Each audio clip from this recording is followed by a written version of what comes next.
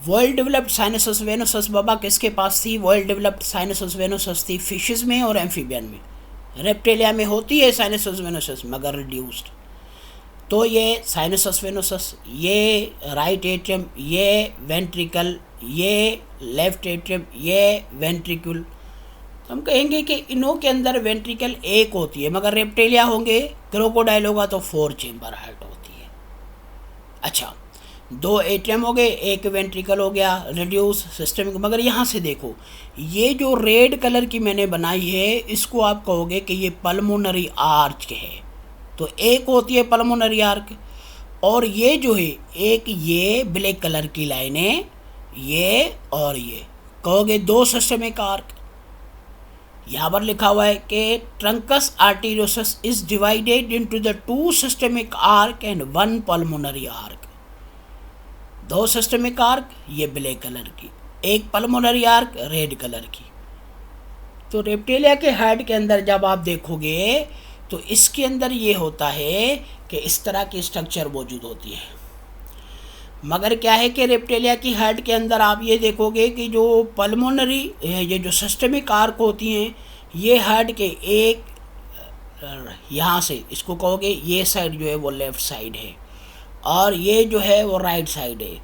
ये दोनों pulmonary arc एक लेफ़्ट साइड से निकलती हैं और दूसरी राइट साइड से निकलती हैं, और दोनों तरफ से निकलकर ये मिलती हैं एक आर्टरी के अंदर जिसको आर्ट्रा कहते हैं, एआर्टा।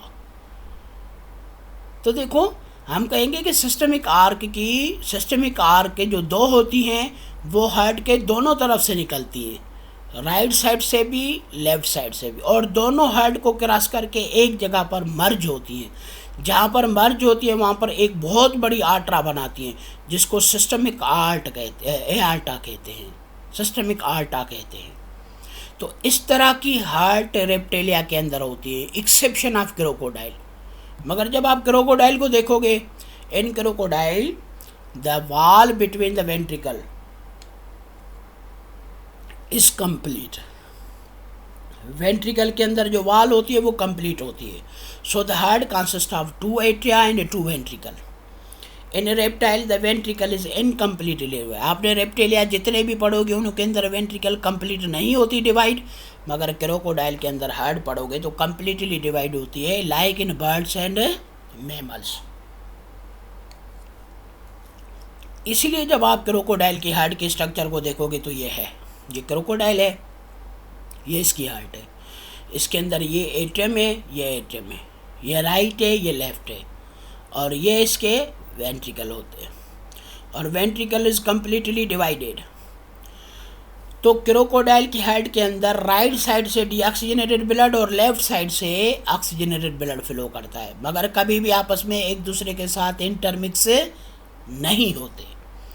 तो क्रोकोडाइल 4 चेम्बर होते हैं, बाकी रेप्टेलिया ट्राई चेम्बर होते हैं। तो बाबा इस तरह की तमाम स्ट्रक्चर जो मौजूद होती हैं वो डबल सर्कुलेशन इनकम्प्लीट होती है। थैंक्स डियर स्टूडेंट, उम्मीद है कि ये भी लेक्चर आपको समझ में आएगा।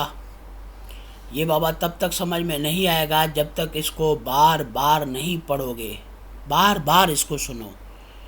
जितनी मर्तबा रिपीट करके सुनोगे तो ये आपको समझ में आएगा, क्योंकि जब तक ये आप नहीं समझोगे तो आगे जो सर्कुलेटरी सिस्टम इन ह्यूमन है वो कभी भी आपको समझ में नहीं आएगी। स्ट्रक्चर ऑफ हार्ट नहीं समझ में आएगी, फिर इसके अंदर जो कार्डियोवैस्कुलर सिस्टम है वो समझ में नहीं आएगा, लिम्फेटिक सिस्टम में समझ में नहीं आएगा, और जो इम्यून सिस्टम है वो भी आपको समझ में नहीं आएगा। इसलिए बाबा थोड़ा दिल लगाकर आहिस्ता आहिस्ता बार बार इस लेक्चर को चलाएं, बार बार इसको पढ़ें और समझें। उम्मीद है कि आपको समझ में आएगा। अगर कहीं पर भी कोई पॉइंट समझ में ना आए तो व्हाट्सएप पे मैसेज करके, वॉइस मैसेज करके आप सारे प्रॉब्लम मुझसे डिस्कस कर सकते हो। थैंक्स बाबा, अल्लाह हाफिज़।